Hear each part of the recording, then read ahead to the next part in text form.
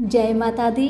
मेरे सभी प्यारे दोस्तों, मैं लक्ष्मी शर्मा बड़ों को चरण स्पर्श, छोटों को प्यार और बराबर वालों को दिल से नमस्कार करती हूँ।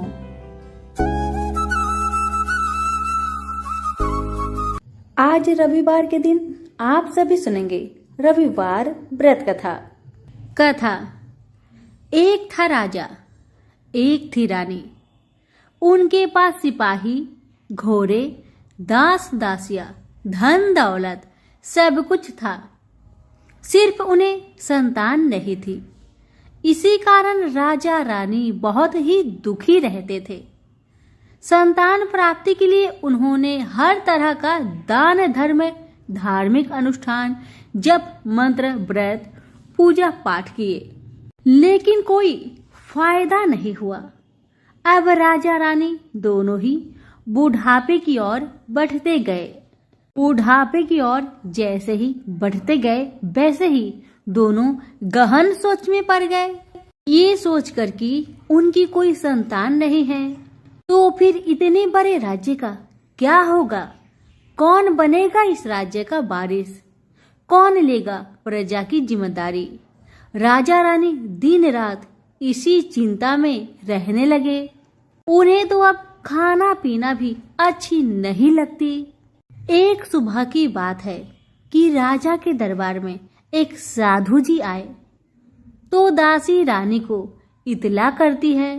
तब वह दासी से कहती है, यह मेरा अंतिम दान धर्म है। इसके बाद मैं अपने हाथों से कोई दान धर्म नहीं करूंगी। रानी चावल भरा छाछ हाथ में लेकर बाहर आती है और साधु की झोली में भिक्षा डालने के लिए आगे बढ़ती है तो उसके चेहरे पर छाई हुई चिंता साधु की दृष्टि में आती है। वह पूछते हैं, क्या बात है रानी साहिबा, क्या हुआ है? आप इतनी चिंतित और उदास क्यों है? तब रानी ने साधु महाराज को अपनी सारी व्यथा सुनाई और सिसकने लगती है। उस पर वह साधु कुछ पल गंभीर हो जाते हैं और कहते हैं, चिंता मत करना रानी साहिबा, आपकी संतान होगी, आपकी इच्छा पूरी हो जाएगी। चिंता ना करे, आपकी कोख से एक पुत्र जन्म लेगा। मात्र वह 14 साल तक ही आप लोगों को मिलेगा। उसके आगे वह इस मृत्यु लोक में नहीं रह पाएगा। इससे बढ़कर आपको कुछ देना मेरे लिए संभव नहीं है। अपनी बात पूरी करते उसने अपनी झोली में हाथ डाला, थोड़ी सी भभूत निकालकर रानी को दे दी और कहा, आप और महाराज दोनों इसे बांटकर ग्रहण करना। आपको जल्द ही पुत्र प्राप्ति होगी। इतना कहकर साधु अपनी राह में चले गए। उनके जाने के बाद रानी सोचने लगी, 14 साल तो 14 साल ही सही, उतने समय के लिए हमें पुत्र तो मिलेगा, यही काफी है। उतने साल तक मैं उसे जी जान से बड़ा करूंगी, उसे ढेर सारा लाड़ दुलार करूंगी, अपनी संतान की हर मुरादे को पूरी करूंगी। उस रात अपना सारा राजकाज खत्म करके राजा जब रानी के महल में गए तो रानी ने क्या किया कि राजा को सारी बात बताई जो साधु जी ने उन्हें बताया था। रानी ने साधु की दी भभूत राजा को दिखाकर बोली, साधु महाराज ने यह भभूत हम दोनों को ग्रहण करने को कहा है। राजा बोले, इतना दान धर्म किया, जब तब किया, कोई फल नहीं मिला। अब इस भभूत से हमें संतान प्राप्ति होगी, ऐसा है क्या?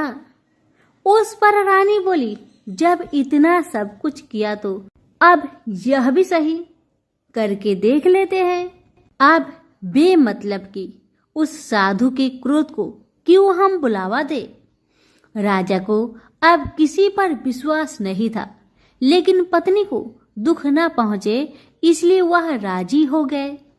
राजा राजी हो गया तो फिर क्या होता है कि राजा रानी दोनों नहाते धोआते हैं, फिर अपने अपने भगवान का स्मरण करते हैं, अपने पुरखों को स्मरण करते हैं और उस साधु महाराज का नाम स्मरण करके वह भभूत बांट कर दोनों खाते हैं। उसके बाद दोनों निश्चिंत होकर सो जाते हैं। तो कुछ दिन गुजर जाते हैं और साधु द्वारा कहे अनुसार रानी गर्भवती हो जाती है। उस पर राजा रानी दोनों की खुशी का गमन नहीं समाती। राजा रानी से बोला, महारानी सचमुच साधु महाराज की कृपा हो गई। समय बीतते गया, 9 महीना पूरा हो गया तो रानी ने एक सुंदर गोरे पुत्र को जन्म दिया। राजा ने बड़ी धूमधाम से पुत्र का नामकरण किया। सारे राज्य में 8 दिन तक अन्य सतपर्ण रखा, उत्सव मनाया गया। अब पुत्र की कुंडली देखने के लिए राज्य के सबसे विद्वान पंडित जी को बुलाया। पंडित जी आते ही कुंडली देखकर बड़े चिंतित में पड़ गए और कहने लगे, महाराज हमारा राजपुत्र सिर्फ 14 साल तक हमारे पास रहेगा। राजा को इस बात की भनक थी ही, रानी को भी साधु महाराज की बात याद थी। दोनों पति पत्नी चुपचाप रहते हैं। उसके बाद राजा और रानी बड़े लाड़ प्यार से बेटे की परवरिश करते हैं, उसकी हर ख्वाहिश पूरी करते हैं। थोड़े समय के लिए ही सही भगवान ने संतान की अपनी मुरादें पूरी कर दी। इसे वे समाधान मानते थे। राजपुत्र दिन प्रतिदिन बड़ा होता है।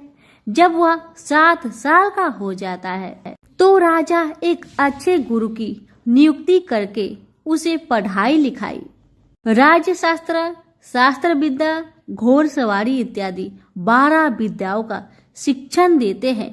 जब वह सब शास्त्र विद्या में पारंगत हो जाता है और 12 साल की उम्र का हो जाता है तब एक अच्छी सी राजकन्या खोजकर उसकी शादी कर दिया गया। शादी के 2 साल बीत जाते हैं, बेटा 14 साल का हो जाता है। एक दिन राजपुत्र राजा से बोला, पिताजी मैं अपना सारा राज्य घूमकर देखना चाहता हूँ। आज तक मैंने सिर्फ इस राजबाड़े के अतिरिक्त कुछ नहीं देखा है। बेटे की बात सुनकर राजा बड़ी चिंतित हुए, क्योंकि पुत्र को 14वां साल शुरू हो गया था। अब कोई अनहोनी होने का वक्त नजदीक आ पहुंचा था, लेकिन राजा ये सब बातें पुत्र को बता नहीं सकता था। वह क्या करता है कि चेहरे पर खुशी लाकर बेटे से कहता है, हाँ हाँ जरूर जाओ बेटा, जरूर। तुम्हें अपना सारा राज्य घूमकर देखना चाहिए, कहाँ क्या है ये सब जानना चाहिए। कल तो मेरे बाद तुम ही को राजा बनना है।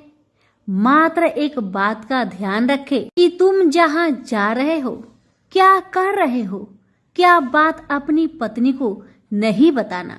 पुत्र ने कहा, ठीक है पिताजी, आपने जो कहा है मैं वैसा ही करूँगा।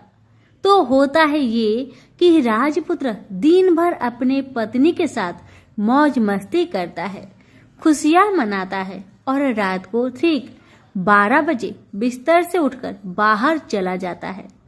फिर पौ फटने से पहले वापस अपने महल में आकर सो जाता है। ऐसे बहुत दिनों तक चलता रहा। अब पुत्र का 14वां साल खत्म होने में कुछ दिन ही बाकी रहते हैं। इतने में ये होता है कि उसकी पत्नी यानी छोटी रानी रात में जाग जाती है। वह देखती है कि बिस्तर पर राजपुत्र नहीं है। वह महल में सब जगह देखती है तो राजपुत्र कहीं भी नजर नहीं आते। तो ये बात वह किससे कहेगी और क्या करेगी?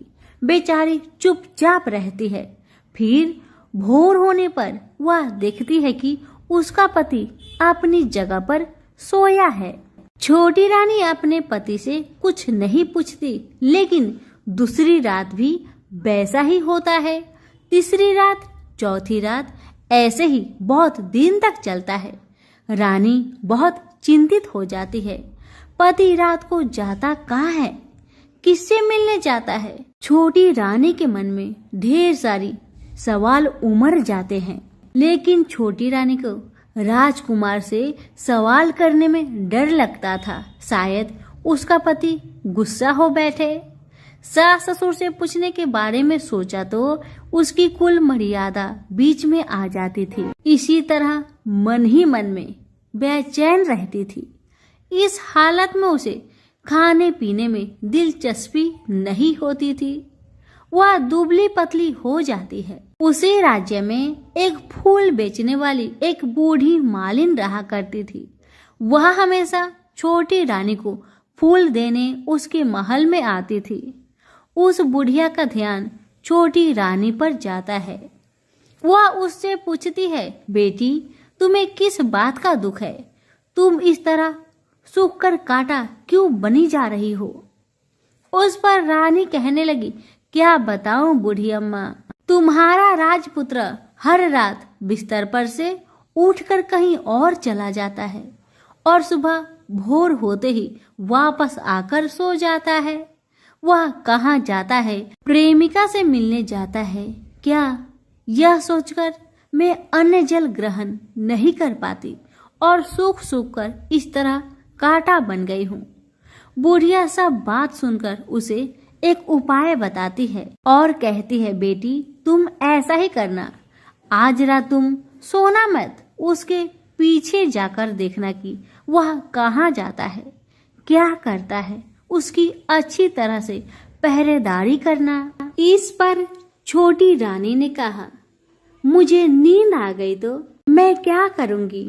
तब बूढ़ी अम्बा ने कहा, तुम्हें नींद न आए इसलिए एक काम करना, अपने बाएं हाथ की उंगली में एक जख्म करना, उस पर थोड़ी सी मिर्च छिड़कना, उससे तुम्हें बड़ी जलन होगी और उस पीड़ा से तुम्हें रात भर नींद नहीं आएगी। रानी बुढ़िया के कहे अनुसार करती है।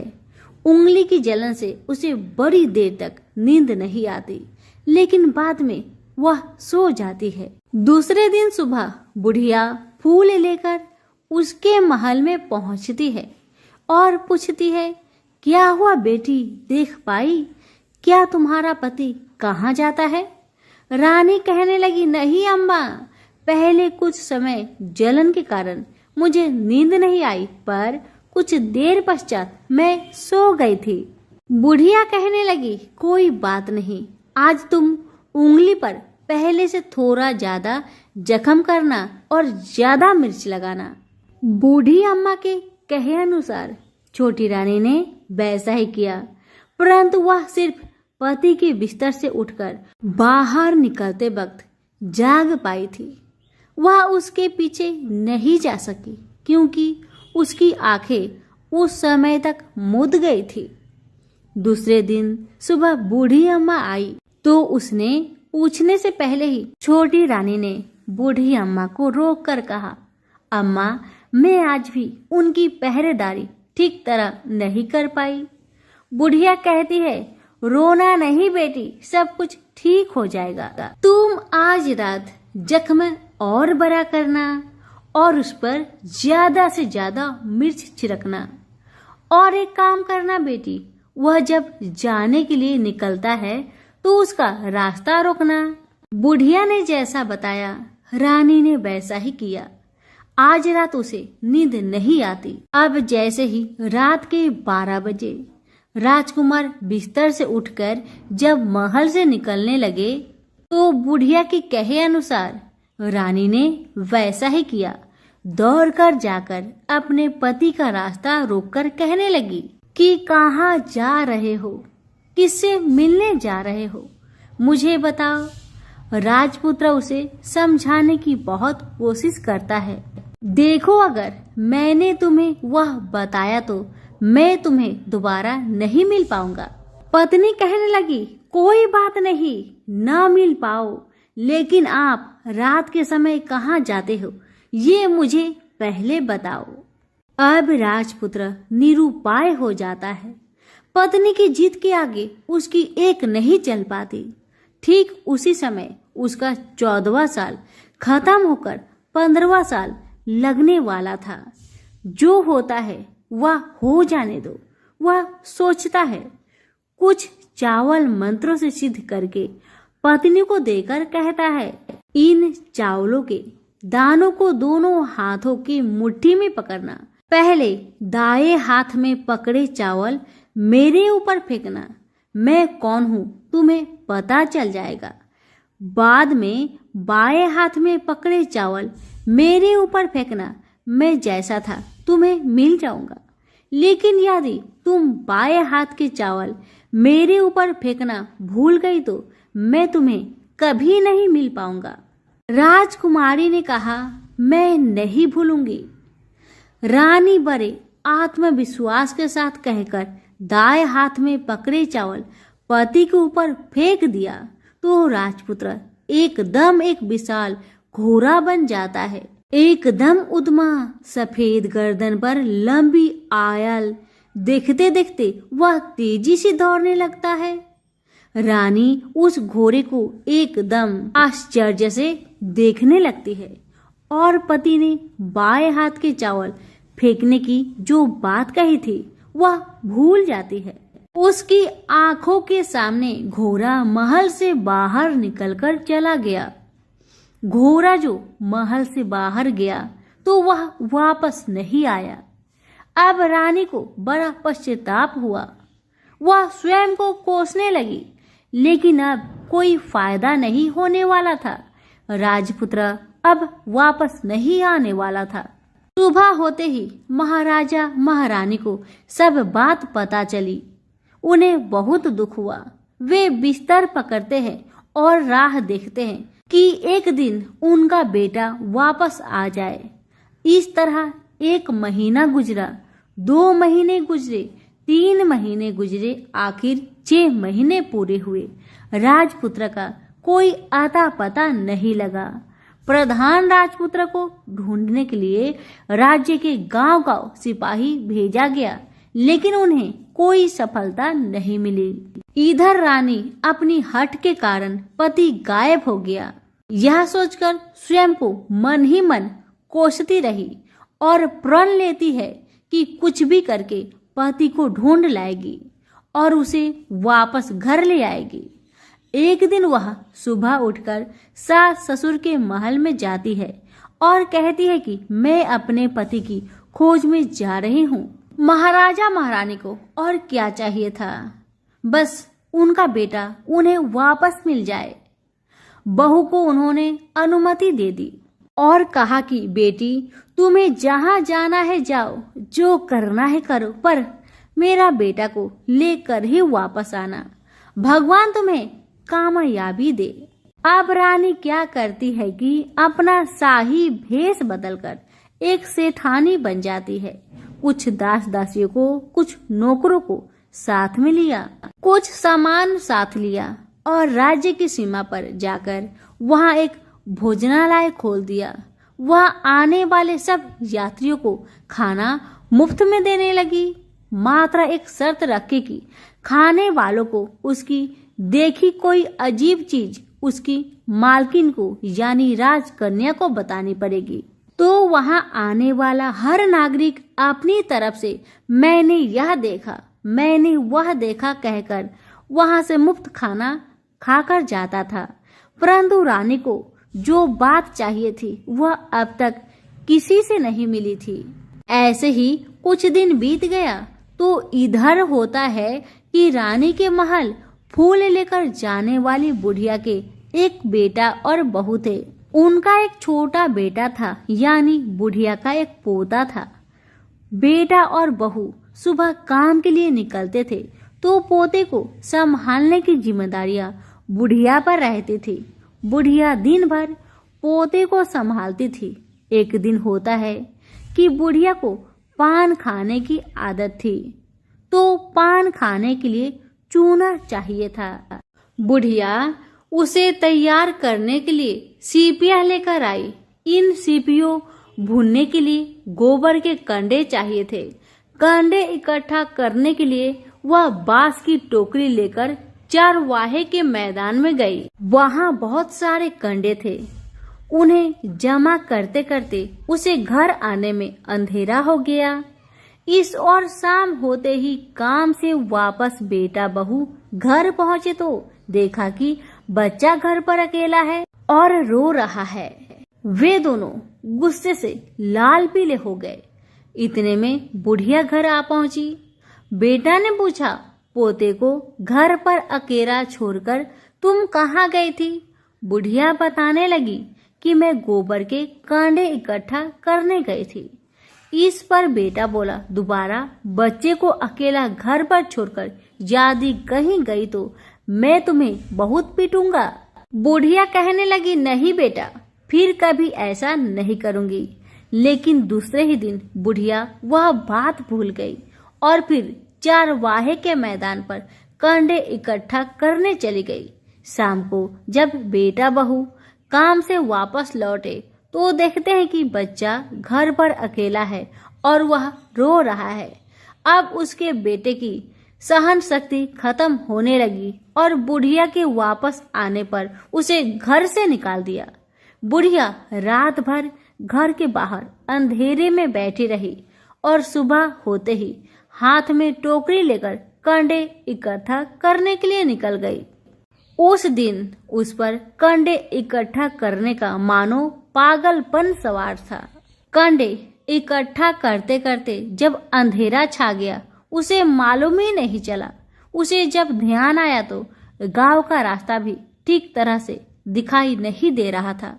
वह अंधेरे में आंखें फाड़कर देखती है, किसी तरह आगे निकल पड़ी तो क्या होता है कि एक कपिला गाय छन छन की आवाज करते, गले की घंटी बजाते ठुमुक ठुमुक कर उस मैदान पर आ गई।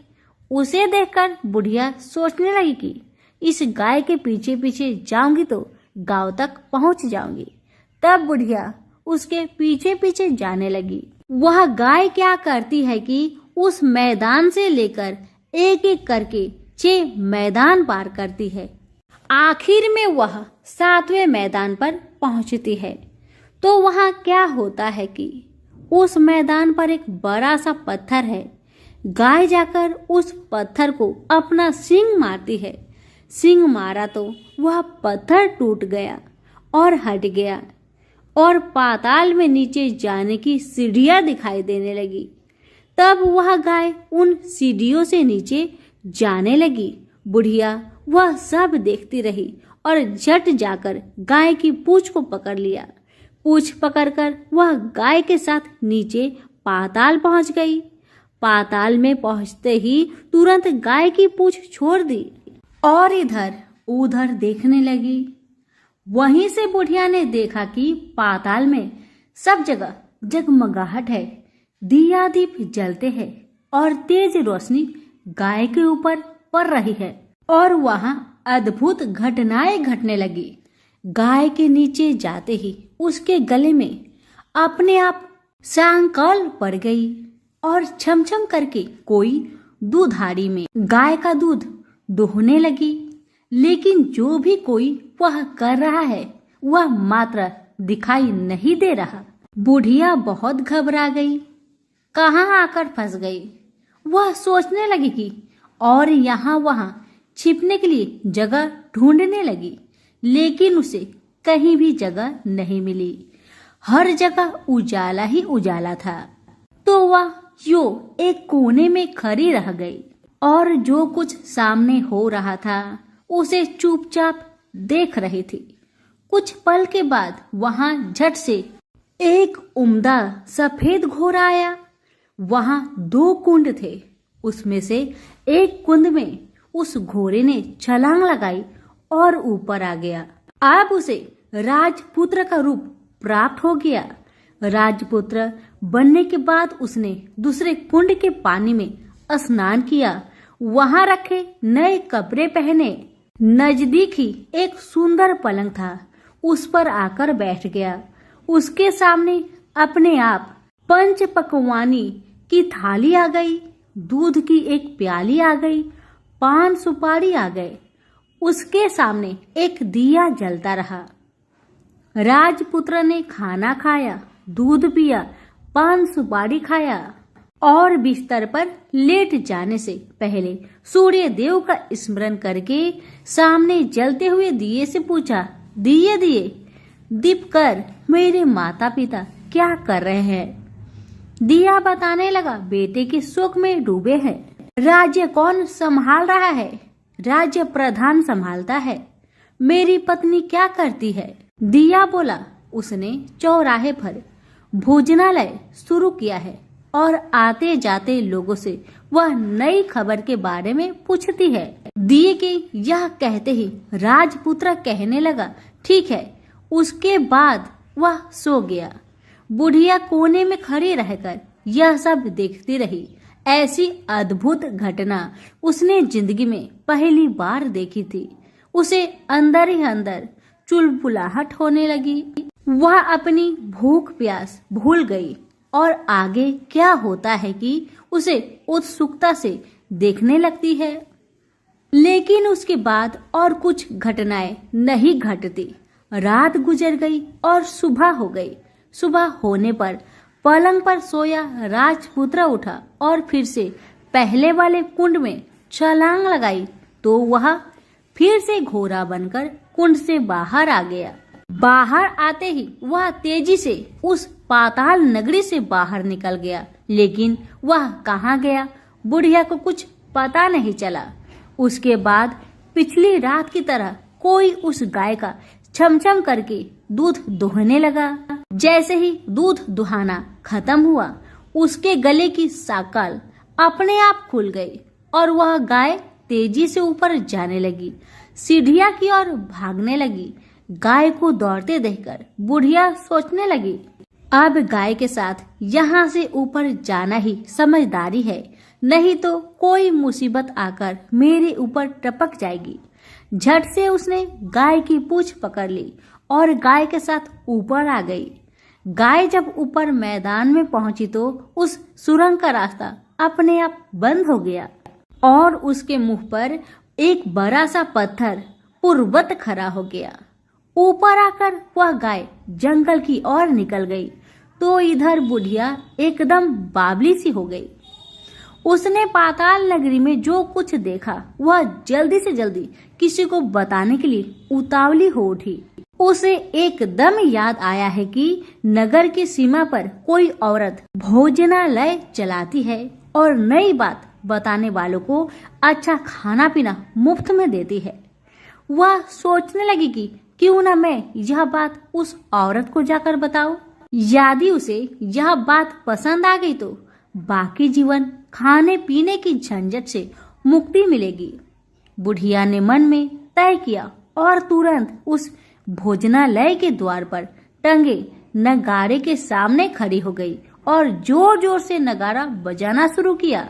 नगाड़े का इस तरह शोर सुनकर मालकिन यानी छोटी रानी मन से प्रसन्न हो जाती है कि शायद कोई बड़ी बात लेकर यहाँ आया है। रानी सिपाहियों को आदेश देती है, जाइए और जो कोई आया है उसकी अच्छी खातिरदारी कीजिए। आदेश पाते ही सिपाही नीचे दौड़ गए तो एक बुढ़िया नगाड़ा बजा रही है। उन्होंने पूछा, क्यों रे बुढ़िया, क्या हुआ, क्यों नगाड़ा बजा रही हो?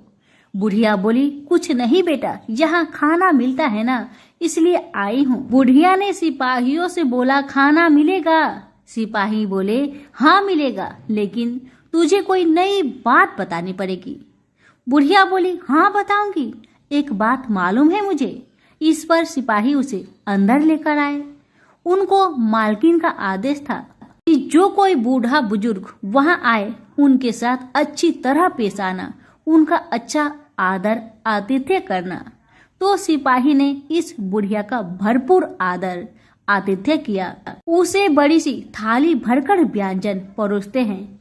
बुढ़िया कुछ दिनों से भूखी थी, वह खाने पर टूट पड़ी। खाना खाने के बाद सिपाही ने उसे नई साड़ी पहनने को दी।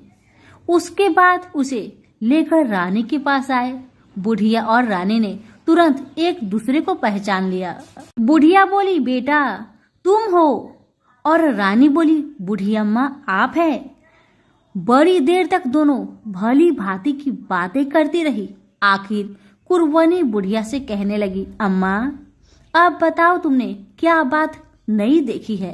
बुढ़िया बोली, मैंने कोई नई बात देखी नहीं है, वह तो मेरे पास तुम्हें देने के लिए खाने के लिए पैसे नहीं थे, इसलिए मैंने झूठ कहा और नगारा बजाया। रानी ने कहा, अम्मा घबराना नहीं, मैं किसी को तुम्हारा नाम नहीं बताऊंगी। फिर भी बुढ़िया मैंने क्या देखा, कब देखा करके आनाकानी करने लगी। इस पर कुंवर रानी ने उससे कहा, देखो अम्मा, यदि तुमने मुझे वह नई बात बताई तो मैं जिंदगी भर तुम्हारी देखभाल करूंगी, तुम्हें रानी माता की तरह रखूंगी। अब बुढ़िया बताने को तैयार हो गई। उसने जो कुछ उस चर गवाहे वाले मैदान पर देखा था वह सब कुछ कुंवर रानी को बता दिया। बुढ़िया की वे बात सुनकर कुंवर रानी को यकीन हो गया कि वह राजपुत्र उसी का पति है। वह तुरंत बुढ़िया से कहने लगी, अम्मा मुझे उस जगह पर ले चलो। तब बुढ़िया बोली, नहीं बेटी, वह पाताल राज्य है, साफ है, यदि किसी ने तुम्हें देख लिया तो तुम्हारी जान खतरे में पड़ सकती है। लेकिन रानी उसकी एक भी नहीं सुनती, उसे उस जगह ले जाने के लिए हठ करने लगी। आखिर में बुढ़िया ने उसका कहना मान लिया और कहने लगी, ठीक है, मैं तुम्हें वहां लेकर चलती हूँ, पर आज नहीं, कल वहां जाना है तो शाम को ही जाना होगा।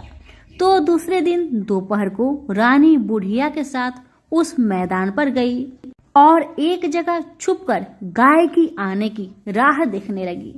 दिन ढलते ही अंधेरा घेरने लगा है और गाय हमेशा की तरह वहां आ गई। मैदान के उस कोने में जाकर उसने पत्थर पर सींग मारा तो झट से पत्थर हटकर वहां सुरंग में जाने का रास्ता खुल गया। गाय उस रास्ते से नीचे उतरने लगी तो बुढ़िया रानी से कहने लगी, जल्दी आगे बढ़ो बिटिया, हम गाय की पूंछ पकड़कर नीचे उतरेंगे। तो दोनों गाय की पूंछ पकड़कर नीचे उतर गई। बुढ़िया पहले जिस कोने में छिपी हुई थी उसी कोने में छिप गई। अब नीचे सब कुछ पहले जैसा घटित हो रहा था। गाय के गले में अपने आप साकल पड़ गई। कोई अदृश्य रूप से उसका दूध दोहने लगा। एक सफेद उद्मा घोड़ा ने आकर एक कुंड में छलांग लगाई तो राजपुत्र के रूप में ऊपर आया। वह राजपुत्र दूसरे कुंड में नहाने लगा। बाद में उसके सामने खाने की थाली आ गई, दूध की प्याली आ गई, पान बीड़ा आ गई। राजपुत्र सब ग्रहण करके सोने के लिए पलंग पर गया तो सोने से पहले सूर्य देव का स्मरण करके दिए से पूछने लगा, दिए दिए दीपंकर, मेरे माता पिता क्या कर रहे हैं?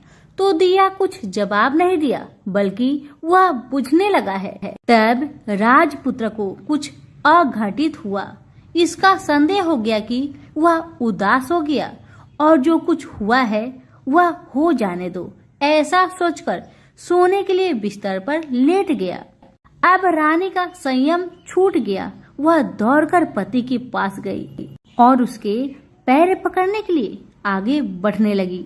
राजपुत्र तुरंत ही पत्नी को पहचान लिया। वह झट से पीछे हट गया और चिल्लाने लगा, नहीं नहीं, मुझे मत छूना, सर्वनाश हो जाएगा। रानी दोनों हाथ जोड़कर पति से अपनी भूल स्वीकार करने लगी। स्वामी, मुझसे भूल हो गई है। मुझे आपसे नहीं पूछना चाहिए था कि आप रात को कहाँ जाते हो।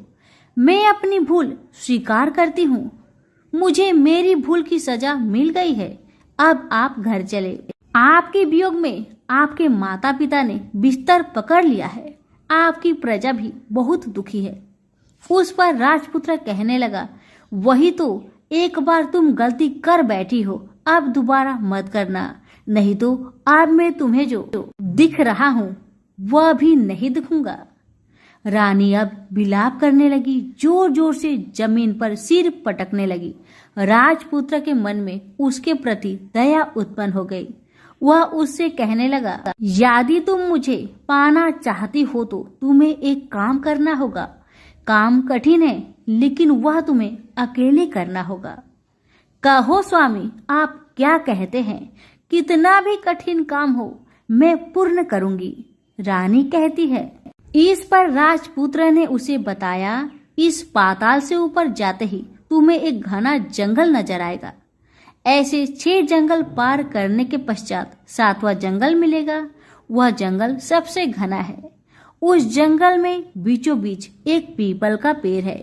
उसके आसपास की जगह पत्ते, फंदे, जटाएं, कांटे इत्यादि से ढक चुकी है। वहाँ बाघ, शेर, भालू, सांप सभी धमा चौकड़ी बैठी है। तुम्हें उन सबको भगाकर वह जगह साफ करनी है। उसकी गोबर से लिताई करके पवित्र बनाना है, रंगोली से सजाना है। उसके बाद वहाँ धूप, कपूर, अगरबत्ती जलानी है। फूल कुमकुम से पेड़ की तने की पूजा करनी है। दूध दही से बने चावल का भोग चढ़ाना है। यह सब तुम्हें दोपहर के 12 बजने के पहले करना होगा। 12 बजने के समय तुम्हें उस जगह पर बैठकर सूर्य भगवान का ध्यान करना होगा। ठीक 12 बजे सूर्य भगवान का रथ वहां उतरेगा। वे वह सब देखकर खुश हो जाएंगे और कहेंगे, जिस किसी ने यह सब किया है उसे मैं मनचाहा फल दूंगा। तो तुम सामने जाकर उसके रथ का दाहिना घोड़ा मांगना, मैं तुम्हें मिल जाऊंगा। इतना बात कहकर राजपुत्र अपने पलंग पर सो गया और छोटी रानी भोर होने की राह देखने लगी। भोर होते ही वह बुढ़िया के साथ गाय की पूंछ पकड़कर ऊपर आ गई। ऊपर आने के बाद वह बुढ़िया से कहने लगी, अम्मा, अब मैं अकेले ही आगे जाऊंगी, तुम भोजनालय वापस जाओ। वह जंगल में जाकर राजपुत्र की बताई जगह ढूंढने लगी और स्वयं आरी से वह जगह साफ कर दी। बाद में राजपुत्र ने जैसे बताया वैसी लिपाई पोताई करके वापस आ गई। दूसरे दिन पौ फटने से पहले ही और जंगल में उस जगह पहुंची।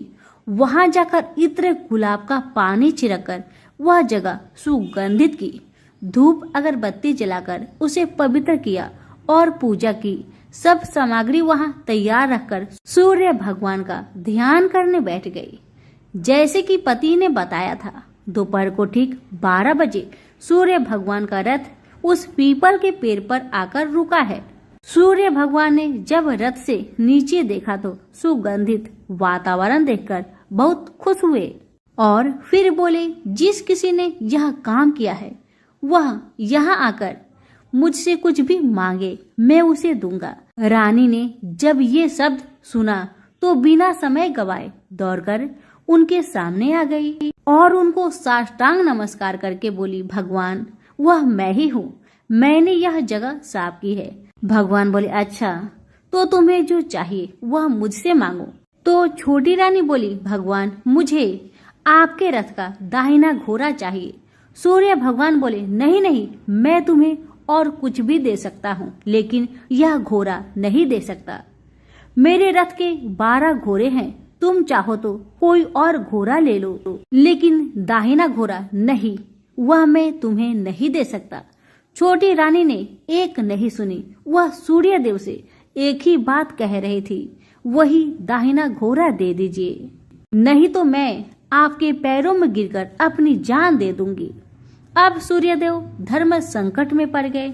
उन्होंने वचन दे दिया था, अब अपने वचन से पलट भी नहीं सकते थे। भगवान ने कहा, ठीक है, दे दिया तुम्हें घोड़ा। सूर्यदेव ने कहा, फिर एक बात और भी कही, देखो, मैंने तुम्हें घोड़ा तो दिया है, लेकिन वह तुम्हें यहाँ नहीं मिलेगा, तुम्हें उसे पाताल में जाकर लाना होगा। रानी बोली, पाताल में ही क्या भगवान, मैं उन्हें पाने के लिए कहीं भी जा सकती हूँ। रानी को वचन देकर सूर्यदेव अपने मार्ग से चले गए और इधर रानी जंगल से अपने भोजनालय में आ गई। फिर वह बुढ़िया को लेकर उस मैदान पर आ गई। जल्दी ही शाम हो गई। शाम होते ही वहां वह गाय आ गई और उसने सींग मारकर सुरंग का पत्थर हटाया तथा नीचे उतरने लगी। रानी और बुढ़िया जल्दी जल्दी उसकी पूंछ पकड़कर नीचे उतर गए। नीचे पाताल में सब घटनाएं पहले की तरह ही घटने लगी। घोड़े का एक कुंड में नहाकर राजपुत्र बन जाना, नहा धोकर पलंग पर जाकर बैठना, तो उसे खाने की थाली, दूध की प्याली आना, पान पीरा आना। लेकिन आज एक बात नई घटी।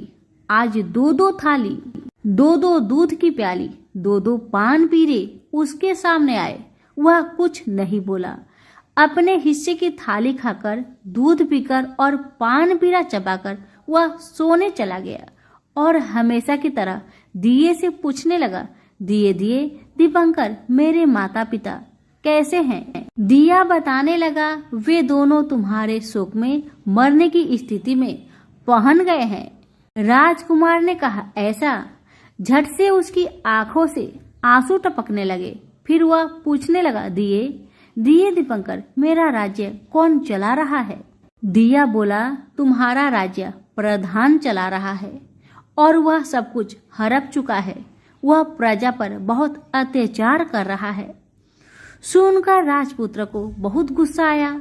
वह गुस्से से अपनी मुट्ठी भींचने लगा। अब वह पूछने लगा, दिए दिए दीपंकर, मेरी पत्नी क्या कर रही है? अब दिया कुछ नहीं बोला, चुपचाप रहा। अब रानी का संयम जवाब दे गया। वह दौड़कर पति के गले लग गई। अब मैं तुम्हें मिल गया, राजपुत्र कहने लगा।